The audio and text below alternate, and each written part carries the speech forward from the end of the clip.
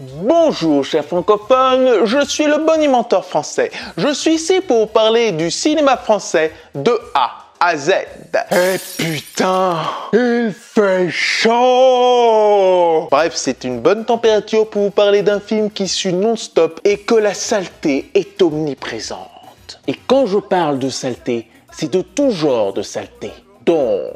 As-tu vu? Musical de Gaëtan Likens et David Mutzenmaker. Pour cette fois, nous allons parler de leurs histoires séparément pour que par la suite, ils se rejoignent.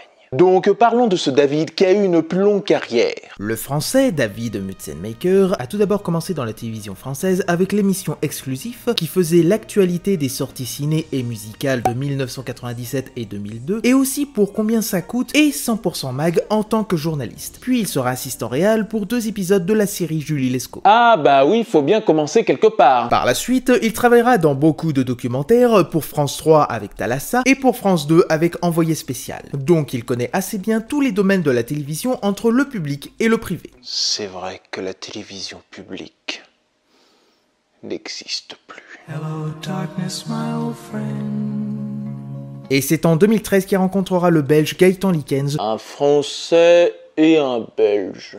Manquerait plus qu'un arabe et ça ferait la blague de la... Pour travailler ensemble avec un certain Alexandre Bouchet sur leur premier court-métrage José.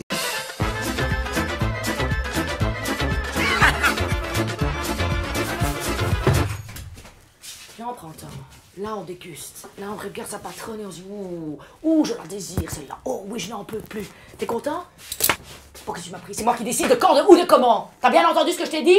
C'est moi le contrôle ici. Il y a déjà tout cet aspect burlesque qu'on retrouvera dans le film et qui montrera leurs pattes. Et ça a payé parce qu'il aura un petit succès conséquent dans les festivals belges en recevant un prix au Bruxelles Short Festival et un prix de la chaîne de cinéma BTV. Bref, pendant une année entière, ils auront présenté leur court-métrage n'importe où. Et c'est là qu'après 10 ans de dur labeur, Et aussi après que le Covid les ait retardés de 2 ans pour que ça vienne enfin chez nous. le film Musical est enfin arrivé chez nous, avec une distribution des plus minimes.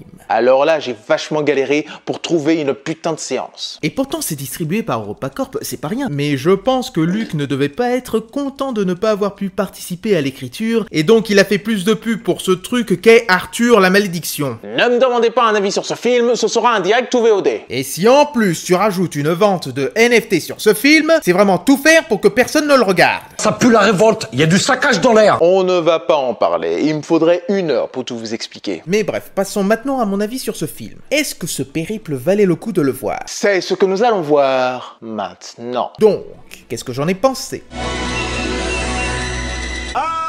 Si on me demandait ce que serait la meilleure comédie de l'année 2022, je pense que je leur répondrais Musical. Parce que là, je peux vous assurer qu'il y a un trou sans fin de burlesque et d'humour noir. Et en plus, c'est belge. Et je me suis amusé à écrire tous les rôles à la base avec l'accent belge. Donc c'était pas une vraie belgitude, c'était une belgitude fantasmée par un français. Et donc j'inventais des expressions qui m'amusaient juste en prenant l'accent belge. Il y a des expressions qui viennent. Je connais le belge. Prouve-le-moi. 8.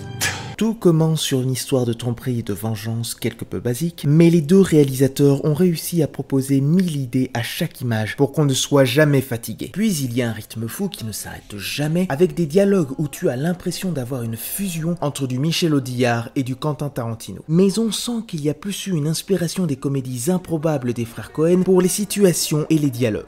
Sinon les thématiques c'est des enfers de couple.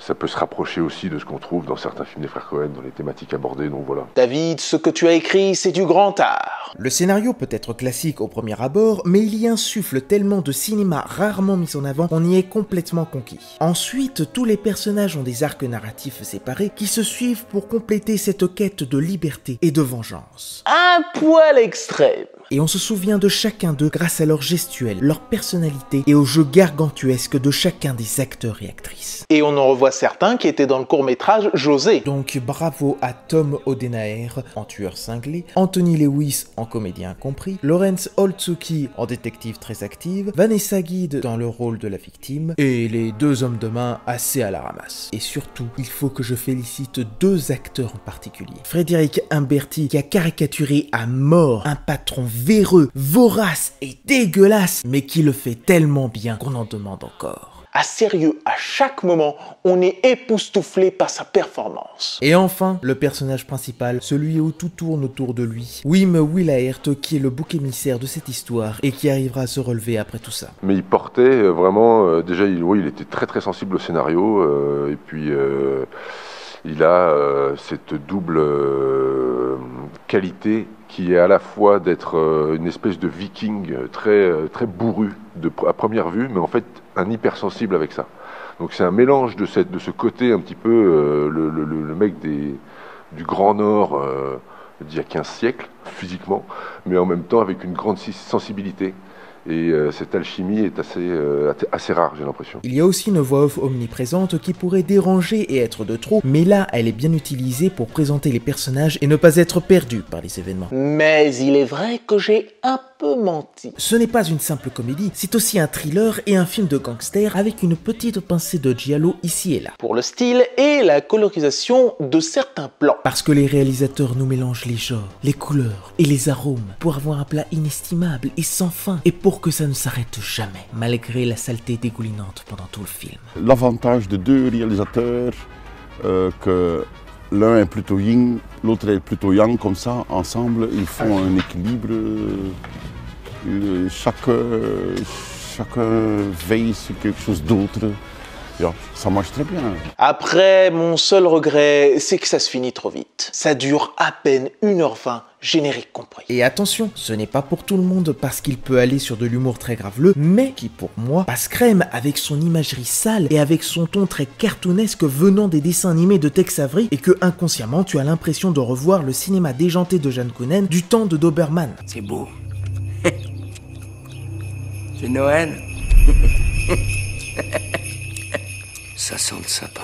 Bon, je crois qu'on a compris que ce film était dans ton top de l'année 2022. Ah, catégoriquement, oui. Mais il faut dire quand même ce qui peut déranger. On pourrait dire qu'ils abusent un peu trop des techniques de montage en nous présentant beaucoup trop de fois les mêmes scènes, bien que c'est pour nous permettre d'avoir un autre point de vue de la scène qu'on a vu précédemment. Mais bon, tout est tellement bien rodé, bien ficelé, que je n'ai pas vu le temps défiler. Bon, 1h22, c'est vrai, c'est le temps parfait, bien que pour moi, j'aurais bien voulu avoir encore 10 minutes de délire. Après, comme je l'ai dit tout à l'heure, ça pourrait faire peur parce que c'est une coproduction d'EuropaCorp, mais il n'en est rien, et puis des fois, cette boîte arrive à produire de bonnes choses. Vous voyez, c'est quand la boîte n'a pas 100% les mains mises que le film peut être un peu plus libre. Donc, on peut déjà dire ouf. On nous a produit, on fait de la post-prod aussi, on a fait pas mal de mixage, des bruitages, le film est en Atmos aussi. Donc Musical, c'est vraiment un show à voir en salle, où vous aurez là du grand guignol des temps modernes, montrant notre humanité s'autodétruire par nous-mêmes, et que l'amour n'a pas sa place. Il y a de l'amour, mais pas au bon endroit. Le Groland parfait du cinéma. Je pense qu'il y a une dimension surréaliste, il y a un côté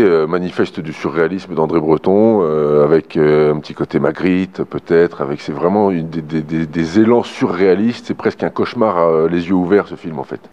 Nice. Et en plus, il y a une petite apparition de Cody Kim, un humoriste belge hilarant qui a fait revivre le Canal+ des temps anciens dans l'émission belge Le Grand Cactus. Pour avoir encore un peu d'esprit canal, regardez cette chaîne. On n'est pas bien là. Bref, nous avons là un mélange parfait entre burlesque, absurde et cartoon. Il ne faudra donc pas oublier ces deux réalisateurs parce que je pense qu'ils n'ont pas fini de nous surprendre. C'est donc la fanfare qu'on a besoin. C'est débile, mais débilement génial. Sur ce, je vous dis à la prochaine et je bonimentionne les films que vous oubliez de mentionner. C'est le sang de mes morts.